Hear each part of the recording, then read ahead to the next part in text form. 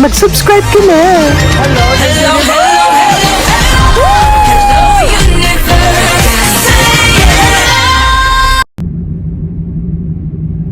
Hello mga buweks, magandang araw sa inyong lahat. Galaw-galaw para hindi mapaimburnal. Hello sa ating mga subscribers dyan. Ganun din sa ating mga new subscribers. Welcome to Parade of Beauty. If you are here today, today pala, ayan. Welcome to the new era of beauty. Beauty is in you. Bakit tonight yung nasabi ko? Natutulog pa.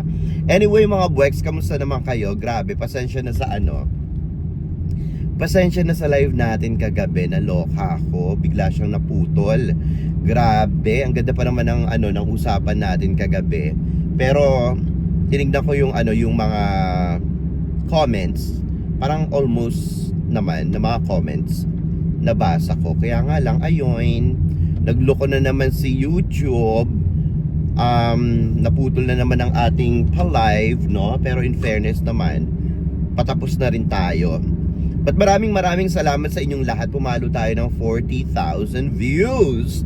Nakakaloka naman yon, di ba? Maraming salamat sa inyo. Siguro kung hindi lang nagloloko si YouTube nung mga nakaraang buwan, ganyan din kalalaki yung views natin during Miss Universe of Philippines. But anyway, kamusta naman kayo? Hello po sa mga nanonood dyan. Ayan ang ating mga 1 million viewers. No? Please don't forget to subscribe to my channel. Click your notification bell para mas updated kayo sa ating mga chika everyday and night sa mundo ng pageantry. And please like this video. Thank you sa mga nag-like sa inyo. Sa mga hindi nagla-likes, meron pong dito, merong sumpa dito sa Parade of Beauty, no? Nai-stroke agad-agad. Kaya kung ayaw ma-stroke, galaw-galaw para hindi mapaimburnal. Diba? Anyway, ayun, papasok ako sa work ngayon mga buweks. Hindi ko kasi alam kung magagawa ko ito mamaya. Medyo tinanghali na ako ng gising. Kasi nga syempre, tignan nyo naman ang boses ko pauspa, no? Mukha pang basura yung hair ko, hindi ko pa naaayos. Pagdating na lang sa work. Kasi baka hindi ko siya magawa kanina mamaya kasi magiging busy ako sa work. I heard busy ngayon sa work. So dito ko na lang siya ibubuga while driving, no? Excuse me. Well, anyway, hindi naman maikakaila sa inyo ang mga nangyayari ngayon sa Miss World na ginaganap sa Telangana, India, di ba? So eto nga na parang recently lang, etong si Millie Mali si Millie Maggie, tama ba? Yun yung pangalan niya, or Mila Maggie, ay bumalik ng England at hindi na tinuloy ang kanyang paglaban dito sa Miss World or 72nd Miss World na ginaganap ngayon sa Telangana, India. So ngayon, sa mga naguguluhan po sa inyo, sa dami pang nagtatanong sa inyo rin sa pa-live natin, nakakaloka kayo, ha? Silipin nyo ang aking ang aking kifi. Charot. Kifi talaga. Silip-silipin nyo naman ang aking mga videos para hindi kayo tanong ng tanong. Charito. So ayun. Bumalik nga siya ng England kasi dahil nga sa mga accusations na anong tawag dito, nangyayari ngayon, tulad ng nagpaalam nga siya kay Julia Morley na sinabi niya na she has to attend her mom na may karamdaman. So ito namang si Julia Morley sent her back sa England, no? Agad-agad. Syempre yan anong tawag dito, importante yan, syempre pamilya mo yan, which is nakakatuwa naman, no, na pinauwi siya agad-agad ni Julia Morley, ni Mamang, no? Hindi ko siya tatawagin Thunderbird ngayon kasi medyo nag-a-align ang mga bituin sa aking puso para sa kanya, di ba? So ito na nga, sinend siya sa England, no? Pabalik. So ngayon, pagbalik nito sa England, iba na ang binubuga nitong si girl, etong si kandidata. So ngayon, ang sinasabi niya, basta ang dami niyang binubuga doon na about daw na marami daw slums sa India, and then yung mga accusations niya na anong tawag dito, may favoritisms daw, ganyan-ganyan, no, sa India ngayon. And aside from that, merong mga candidates daw na parang ini-entertain yung mga mayayaman, no, mga bigatin sa anong tawag dito, sa India, ganyan, no, na mga candidates. So kailangan nilang umupo. Uupuan nila ang mga bigating mayayaman sa India. Ibang upo ha, ibig sabihin entertain, siguro makipag-usap sila, ganyan-ganyan, or anong tawag dito, ganon. I don't know kung anong entertain yung sinasabi niya, no? Pero I believe siguro pakikisalamuha, at saka I believe natural lang naman yan. Siyempre mga mga sponsors yan, di ba? Yung mga mayayaman, parang siyempre nandiyan ka sa bansa nila, parang natural lang naman yan na ma-meet mo yung mga sponsors, yung mga bigating tao dyan, di ba? Kaya nga lang, parang yung dating sa publiko iba, di ba? So parang negative yung dating. So nagkalat na nga siya sa tabloid, sa India, sa England, yung mga kaganapan dyan, di ba? Sa India. So ngayon talagang umiingay na, nagte-trending na, buti na lang patapos na rin ang Miss World, no? Para maharap na rin ito ni Mamang Julia, di ba? Pero sa kabila naman ng ganyang pangyayari ng mga bugahan ni England, bigla namang naglabas din ng statement na itong si Mamang Julia, no? In fairness naman, ayan, at nagsalita nga siya. Ito yung mga bugahan niya. Panoorin nyo ito. It's a question of waiting to see, because equally when you get home, there's all kinds of things that happen in your life. I don't really need to, I need to give a lot of time to this situation and a lot of understanding. Equally, if I don't think something is right, I will put it right. But for me, I was told Mum was sick and she needed to go home. Maybe it's the other way round, I don't know, but let's give it a time to check. This is not the time. I'm not going to let it spoil what we're doing here, because she's young, and I think that maybe she's tempted by others' suggestions, I don't know, but it hasn't stopped or spoiled anybody else's things that we're doing here. Look, you're not going to have perfection with people. You're going to have highly imaginative, you're going to have people ups and downs. That's human. It's normal. And I think that sometimes you give them enough time and it gradually shows itself what the real facts are. And we have lovely pictures of her which we've sent to her to remind her of her sitting with some wonderful ladies with their children, which I think was translated into non-ladies or men, it's a little bit, to say the least, exaggerated beyond all reason, beyond all, anything that's right. The awful part about it is, it's not difficult to defend. So I want to wait, get all the facts, and then I shall deal with it. But it can't stop what we're doing, because you're great people, we love Telangana. Oh, Jimbo, in fairness naman kay in fairness naman kay Mamang Julia, alam niyo, humanga ako sa kanya na naglabas siya ng ganyang statement, no? Kasi nga, kahit papaano, syempre sobrang umiingay na itong mga issue na ito sa India, no? Hindi lang sa Telangana, sa England, sa India, buong mundo na, diba? So ngayon, talagang nagkalat na yung mga pinagsasabi ni England. Naglabas na talaga ng statement ito kasi na-interview sa England So na-interview din naman itong si Mamang, no? So naglabas na siya ng kanyang saloobin. Siyempre bothered na rin siya. natutuwa lang ako na inaddress niya yung sitwasyon, no? Kasi masyado na siyang maingay. Natutuwa ako sa ginawa niya at talagang nakikita ko yung kanyang mas nakita ko yung kanyang compassion, no? Dito sa mga girls, yung kanyang concern dito sa mga girls na meron talagang taglay na kabutihang loob itong si Mamang, kahit na may pa mekos-mekos ang itong kanyang mga desisyon sa kanyang mga desisyon sa pagpapanalo, no, dito sa Miss World, sa mga candidates, kung sino man yung makukoronahan dyan, no, kahit na may mga pamegos-megos dyan, no, meron pa rin siya talagang pagmamahal at concern dito sa mga girls at nakakatuwa naman yan, no. So ayun, tapos sinasabi niya diyan na syempre gusto niyang i-fix yung issue, no, after ng Miss World. Kasi nga naman patapos na rin yung Miss World. Alam niyo mga buwek, sa totoo lang, no, matagal na yung Miss World organization.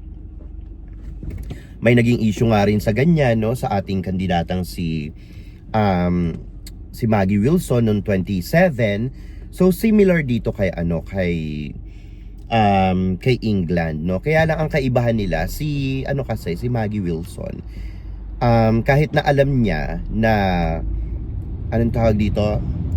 Kahit na alam niya na ipapaimbur na lang siya ni Mamang Julia, no, sa Miss World nung 2007, tinuloy niya pa rin yung laban, which is saludo ako diyan kay Maggie Wilson, no. Hindi siya sumuko. Talagang lumaban pa rin siya. Pero ayun nga, pinaimburnal lang siya ni Mamang, no? Dahil nga sa mga issue na yun. Pero syempre, kung iisipin nyo, kung totoo man yung mga ganyan-ganyan, no? Syempre, nakakababa yan, no? Parang, kumbaga hindi siya maganda para sa mga kababaihan, no? While ito namang Miss World, sobrang tagal na ng Miss World. Ilan ba? 7 dekada na yan, no? So, hindi pa rin naman ina-admit ng Miss World yung mga ganyang kaganapan sa organization. Kasi, kumbaga, pwedeng sigurong yung mga lumalabas na balita dati hanggang ngayon parang he said, she said, mga ganyan-ganyan, no, mga gawa-gawa. So, parang ang dating hindi nga makatotohanan. Yung mga girls lang talaga yung mga makapagpapatunay dyan, no. Well, kung totoo man ito, well, nakakalungkot lang na nararanasan ng mga girls, lalong-lalo na ng mga kandidata, yung ganyan, di ba? Siyempre, ang layo pa ng panggagalingan nila, tapos pupunta sila sa host country, tapos ang mangyayari pala, ganun, mababastos lang sila, di ba? So, hindi talaga maganda yon. While eto namang si England, ang kaibahan niya naman, kumbaga, pinutol niya na, no? Talagang, hindi na siya tumuloy. Talagang umuwi na siya, bumalik na siya ng England, no? Tapos yung dahilan niya nga may sakit yung nanay niya. Kaya pinauwi naman siya agad-agad ni Julia, ni Mamang, no? So, anyway, alam nyo, kung akong tatanungin nyo, sana si England, habang nandudoon siya sa India, sana inano niya na lang, kinausap niya yung national director niya. Sana she stood up for herself, diba? Kasi kung gagawin niya yan, kung ginawa niya yan, for example, she stood up for herself, nagsalita siya, total may platform naman ang diba, ang Miss World. Sana yan ang ginawa niyang binago niya na lang sana yung yung kanyang advocacy, no? Yan na lang sana yung binuga niya diyan sa BWAP, no? Talagang bulag yan kung yan ang binuga niya. Syempre, on the spot yan, di ba? Talagang sabog ang social media niyan. But anyway, sana inaddress niya na lang while nandun siya sa India, no? Para nabulaanan ng lahat, di ba? Para nagkaroon ng, let's say, reconciliation or kaliwanagan yung lahat, di ba? Kung ano man yung nangyayari dyan. At kung gano'n yung ginawa niya, baka kung totoo man yan, na-save niya pa yung mga girls, no? If ever na totoo. Kaya lang ginawa niya, sinabi niya kay Mamang na may sakit daw yung nanay niya. Tapos ngayon, yung in-interview siya, sa England, iba na yung binubugan niya. So parang ang dating ano ba talaga yung totoo, di ba? Parang dinahilan niya na may sakit yung nanay niya. Alam nyo, pangit yung ganyan, yung magsasabi ka ng mga bagay, yung halimbawa may sakit-sakit, ganyan-ganyan, or may namatay, para lang magkaroon ka ng valid reason, or valid reason para ma-excuse ka sa isang event. Diba? Yung gagawin mo lahat, yung mga pinakamatitinding dahilan para, ano mo yun, makaalis ka, diba? Or ma-excuse ka sa mga kaganapan. Well, kung totoo man yan, well, sana okay yung nanay niya. Pero kung hindi, pangit yung ganyan. Kasi iba yung balik ng karma, diba? Lalo na pag pamilyang pinag-uusapan. So sana nakipag-usap na lang siya na maayos doon, o kaya kinausap niya na lang yung national director niya na ganito pala yung nangyayari sa kanila sa India, no? Na ganito pala, may favoritism, or kailangang i-entertain yung mga mayayaman dyan sa India. And of course, nandyan din naman si Julia Morley, di ba? Si Mamang. Sana sinabi niya na lang. Kasi alam niyo mga boys, I believe, no? Hindi ka as isang tao, no? As a person, hindi ka mabaviolate. Hindi ka mabaviolate unless you allowed that to happen to you. Diba? Hindi ka mabaviolate unless kung talagang i-allow mo na mangyari yan sa'yo, diba? So meron tayong laging choice sa buhay, no? Na yung mga ganung bagay, hindi dapat nating ina-allow yan sa atin. Kaya dapat nagsalita siya para mas na-address itong issue na ito while na nasa India siya, di ba? Meron siyang choice. Sana nagsalita na lang siya unless kung totoo yung sinasabi ng iba na ayan nga, kaya lang yan nagganyan kasi alam niya na siguro baka nga may favoritism at ramdam niya na rin na hindi siya mananalo, kaya nga lang pangit yung binuga niya sa social media. Kumbaga, yung pagsasabi, hindi pa rin naman natin alam kung kasinungalingan yung mga sinasabi niya. Kasi I've seen a video na yung pagdating niya ng Telangana, India, puro positive yung sinasabi niya about India. Opposite sa mga sinasabi niya ngayon dito nung in-interview siya sa England na, no. Talagang ibang-iba. So sinasabi niya nga na may mga Islams daw diyan, kahit naman saan may Islams, di ba? So sinabi niya diyan, ang daming bansang tinamaan. So kaya talagang imbis na anong tawag dito? Imbis na yung mga tao mapunta sa side niya, hindi. 'Di ba? Mas maraming nagtaasa ng kilay. Kumbaga dun sa mga bugahan niya, may inconsistency. Kumbaga it just makes you less, no? Kung ganyan yung mga bugahan mo na iba yung sinasabi mo dati, tapos iba na yung ngayon, iba yung sinabi mo kay Julia, tapos iba na rin yung sinasabi mo sa social media. Kumbaga, it will just makes you less, mga bwex, no? Kung hindi makatotohanan yung mga sinasabi mo, di ba? Kung may mga eme-eme sa mga sinasabi mo, di ba? So, hindi maganda yon, not credible, no? Parang hindi ka kapani-paniwala, no? So kung ganyan yung nangyayari ngayon, parang how much more sa mga susunod na, let's say kung sasali siya ng iba pang pageants or yung mga taong nakakilala sa kanya, parang syempre hindi na maniniwala sa kanya, no? So yun lang nakakalungkot. So sana mas maliwanagan ang mga issue na ito. I believe wala namang perpektong organization, di ba? Lahat naman ng, kahit na hindi beauty pageants, or a lot of beauty pageants, especially international pageants, wala naman talagang perpekto, no? Kahit na Miss World pa iyan. So sana maayos itong mga issue na ito kung meron mga ganyan. And of course, hihintay natin hanggang matapos ang Miss World. Kasi pag natapos ang Miss World, pag nakabalik na yung mga kandidata sa kanilang mga bansa, diyan na magkakaroon ng mga bugahan yung mga kandidata kung ano ba talaga yung kanilang mga experiences dito sa Telangana, India. So, aabangan natin yan, no? But for now, let's just enjoy and support our candidates. Si Krishna Gravides sa paglaban niya dito sa Telangana, India, no? Buti na lang itong si Krishna hindi na i-involve sa mga ganyan-ganyan, no? Hindi na nakikisaw-saw sa mga ganyan-ganyan. Ini-enjoy lang yung journey niya, no? Sa Miss World. Kaya maganda lang yan, wag na makisaw-saw sa mga ganyan-ganyang issue. Tapos tayong mga Pinoy, dapat nakasuporta tayo sa kanya. Malapit na yung finals sa Saturday na yan, and please continue supporting our very own from the Philippines, Krishna Gravides, no? So pumapangatlo na tayo ngayon sa ranking dito sa kanilang votings, no? So nakakatuwa ang mga Pinoy. Pinapakita na yung yung bayanihan system, di ba? But anyway mga buweks, ano masasabi nyo dito sa ating mga chika ngayong araw na ito? Mag-ingay kayo sa ating comment section para makita ko rin ang inyong mga opinyon. Hanggang sa susunod nating mga chika-chikahan. Bye for now mga buweks, and I love you all. Bye! See ya!